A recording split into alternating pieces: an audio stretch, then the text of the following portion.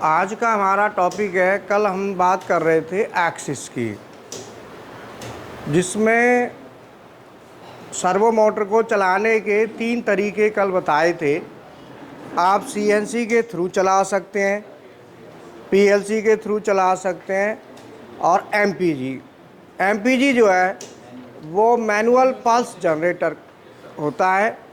Ultimately servo motor को चलाने के लिए जो पल्स चाहिए, सीएनसी भी पल्स देता है, पीएलसी भी पल्स देता है, और एमपीजी भी पल्स देता है, लेकिन तीनों का तरीका अलग अलग है। एमपीजी पल्स देता है, हैंडल को घुमाएंगे तो वो जनरेट करेगा। पीएलसी में हमको पल्स की क्वांटिटी भरनी पड़ती है कि कितनी पल्स चाहिए। मान लो हमारा ट्रैवल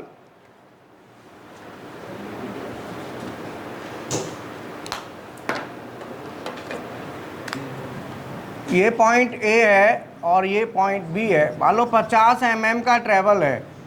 50 mm के ट्रैवल के लिए सीएनसी में क्या होता है, सीधा 50 भर दो, आपको ट्रैवल 50 मिल जाएगा। पीएलसी में आपको पल्स बनानी पड़ेंगी कि 50 mm का ट्रैवल लेने के लिए कितनी पल्स चाहिए, वो कैलकुलेट आपको करनी पड़ेगी। जबकि कुर्सी इधर भी तो होंगी, इधर नहीं है कुर्सी? अच्छा ठीक। और पल्स हमको बनानी पड़ेंगी कि भाई कितनी पल्स हैं, उनको जनरेट करना पड़ेगा। जनरेट करके तब हम देंगे ड्राइव को। सीएनसी में जो पल्स कितनी बनेंगी वो सीएनसी सिस्टम खुद बनाएगा कि कितनी पल्स रिक्वायर्ड है। और एमपीजी में पल्स बनती हैं तो वहाँ डिस्टेंस का ऐसा नहीं होता कि 20 से 50 mm हमको जाना है तो 50 mm को वो कवर करेगा। तो 50 mm जाने के लिए 50 mm का ऐसा नहीं है कि कितनी क्वांटिटी बनी, वो तो पहिया को घुमाएंगे उससे डिसाइड होगा। अगर हमें 50 mm जाना है तो एमपीजी कितना घुमाएं कि 50 mm हम जा सकें, तो उसके लिए वहाँ पे कौन है पल्ले सेंटर पे? विशाल तो यहाँ है। विशाल वहाँ कौन है? अच्छा ठीक है। तो यहाँ पे 50 mm का ट्रैवल हमको लेना है, तो 50 mm का ट्रैवल लेने के लिए कितनी पल्स बनेंगी ये हमको देखना है, कितनी पल्स हमको चाहिए। तो पल्स की जो क्वांटिटी है उसके लिए एमपीजी जो होता है, इसमें यहाँ पे खाने होते हैं 100।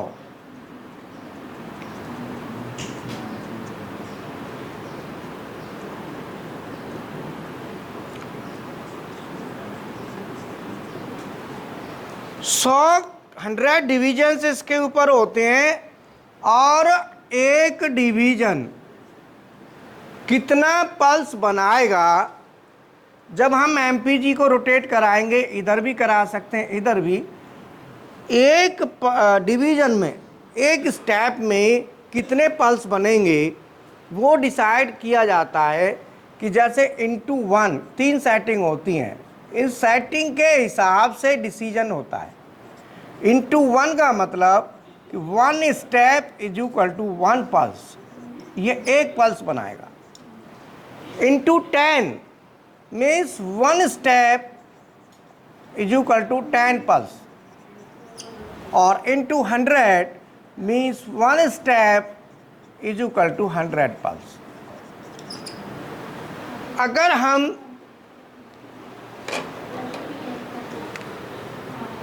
यहाँ जब इसे रोटेट कराते हैं तो ये 3 स्पीड हैं। अगर हम इस स्पीड पर रखते हैं तो ये धीरे धीरे चलता है।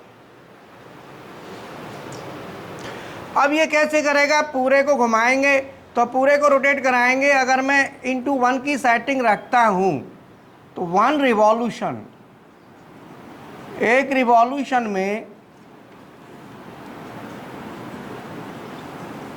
1 रिवॉल्यूशन, एक पूरा इसका रिवॉल्यूशन हम करते हैं तो यहाँ पे 100 पल्स निकल के आएंगी, यहाँ पे 1000 पल्स आएंगी और यहाँ पे 10,000 पल्स आएंगी एक चक्कर में। अगर हमें 50 mm जाना है और मान लो 50 mm जाने के लिए सपोज 50,000 पल्स चाहिए, तो हमें ये, अगर मैं इस सेटिंग पर रखता हूँ तो इसके 5 चक्कर लगाने पड़ेंगे, तब ये उतनी पल्स बनाएगा। अगर मैं इस सेटिंग पर रखता हूँ तो 50 चक्कर लगाने पड़ेंगे, तब हमारा ट्रैवल इतना आएगा। और यहाँ पे रखेंगे तो आप देख लो कितने,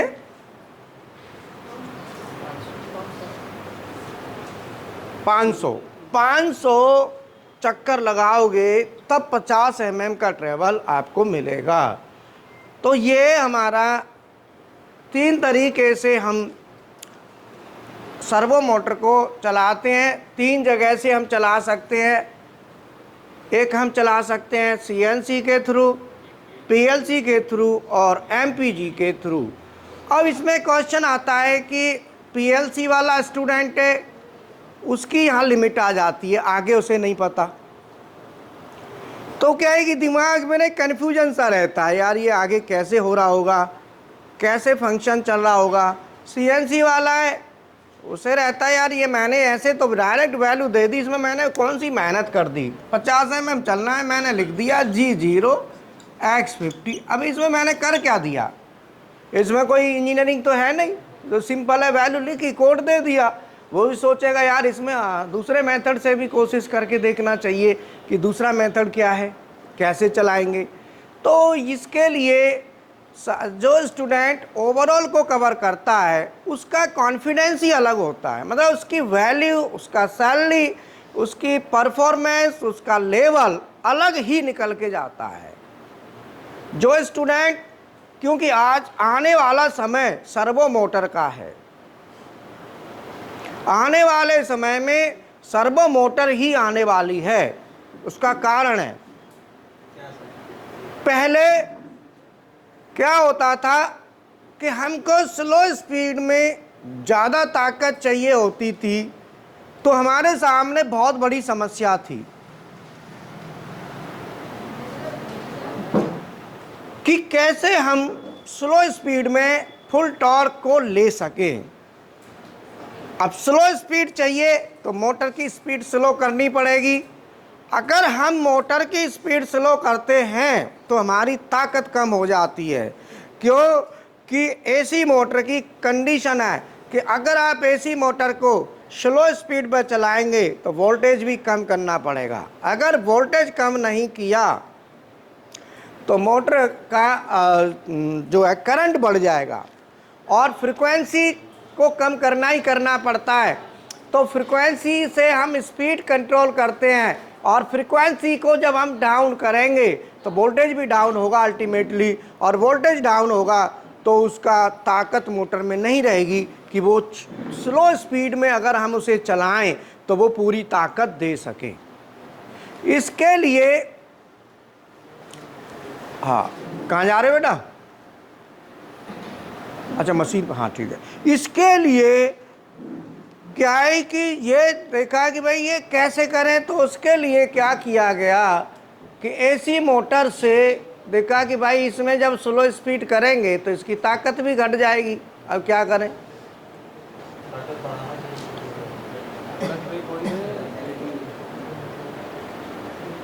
जब हमारी क्लास चले तो तुम नहीं बैठे हो यहाँ। हमारा उद्देश्य ओवरऑल है। वार्ड लेवल की क्लास होती है अपनी, चुप बैठे रहो।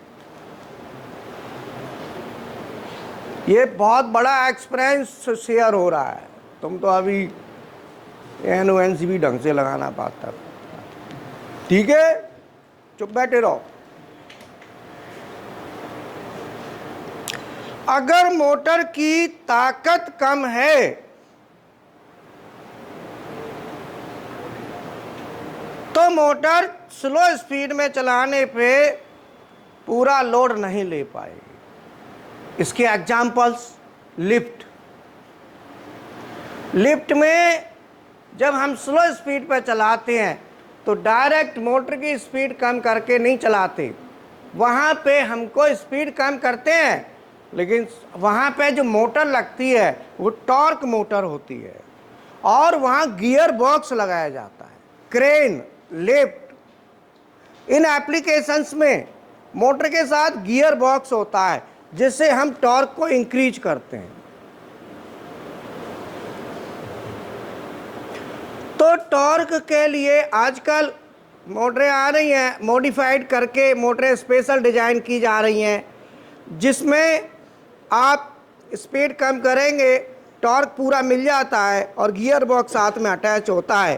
तो जो टॉर्क, उन मोटरों का नाम है टॉर्क मोटर, ताकत वाली मोटर। मशीनिंग जितनी भी इंडस्ट्रीज हैं, grinding, boring, drilling, grooving, milling, turning, जितनी भी मशीनरी हैं ऑटोमोटिव इंडस्ट्री की, जितनी भी मशीनरी हैं, सभी मशीनरी की जब कटाई होती है, लोहे के ऊपर से मटेरियल रिमूव होता है, तो उस समय मोटर की स्पीड को कम किया जाता है। स्लो स्पीड में हमको कटाई करनी होती है, तेज कटाई, जल्दी स्पीड में कटाई करेंगे तो रफिंग आएगी, रफ आएगा और लोड ताकत ज़्यादा लगेगी। इसीलिए स्लो स्पीड में कटाई होती है। तो उसके लिए स्पीड स्लो कैसे की जाए, तो पहले क्या किया जाता था, injection moulding machine, die casting machine, press machine. तो इन मशीनरी में स्लो स्पीड में फुल टॉर्क अगर हमको चाहिए तो उस समय क्या करते थे पहले कि मोटर को पूरी स्पीड में चलने दो, एनर्जी को दूसरी एनर्जी में कन्वर्ट करो, फिर स्पीड को कम करो। मोटर चलाई, मोटर से पंप चलाया, पंप से तेल का, हवा का प्रेशर बनाया और प्रेशर से फिर सिलेंडर लगाए जाते थे। आज भी लगते हैं सिलेंडर। उसका कारण यही है, नहीं तो मोटर डायरेक्ट ना कर दे स्पीड कम। अगर ऐसा होता तो सिलेंडर क्यों लगाते, सिलेंडर की ज़रूरत क्यों होती है, क्वेश्चन सीधा सीधा है। सिलेंडर लगाया इसीलिए कि एनर्जी को कन्वर्ट किया, इलेक्ट्रिकल एनर्जी को हाइड्रोलिक एनर्जी में, एयर न्यूमेटिक एनर्जी में, एयर में ऑयल के प्रेशराइज करके फिर आगे दिया। तो वो क्या करता है वहाँ, उसके बाद स्पीड को कम किया, मोटर पूरी स्पीड पे चलेगी। इस टाइप फिर देखा कि भाई इससे तो बहुत बड़ा सिस्टम रिक्वायर्ड होता है, पूरा ऑयल भी होगा, ऑयल फैलेगा भी, टैंक भी चाहिए, आवाज़ भी, बहुत सी चीज़ें होती हैं। देखा कि एक्यूरेसी भी ज़्यादा नहीं आती क्योंकि ऑयल की कंडीशन होती है, सुबह ऑयल ठंडा होता है, झटके लेगा, दोपहर में गर्म ज़्यादा हो जाएगा, स्पीड कम हो जाएगी। ऑयल गर्म होगा, इसकी विस्कोसिटी डाउन आएगी, पतला हो जाएगा। तेल जब पतला होगा तो उस समय प्रेशर डाउन आ जाता है। तो देखा कि ये कंडीशंस ऐसी हैं कि इससे हमारा प्रॉपर जो चाहिए वो ना तो स्पीड ही मिलती है कांस्टेंट हमको, ना ही परफॉर्मेंस आती है। तो उसके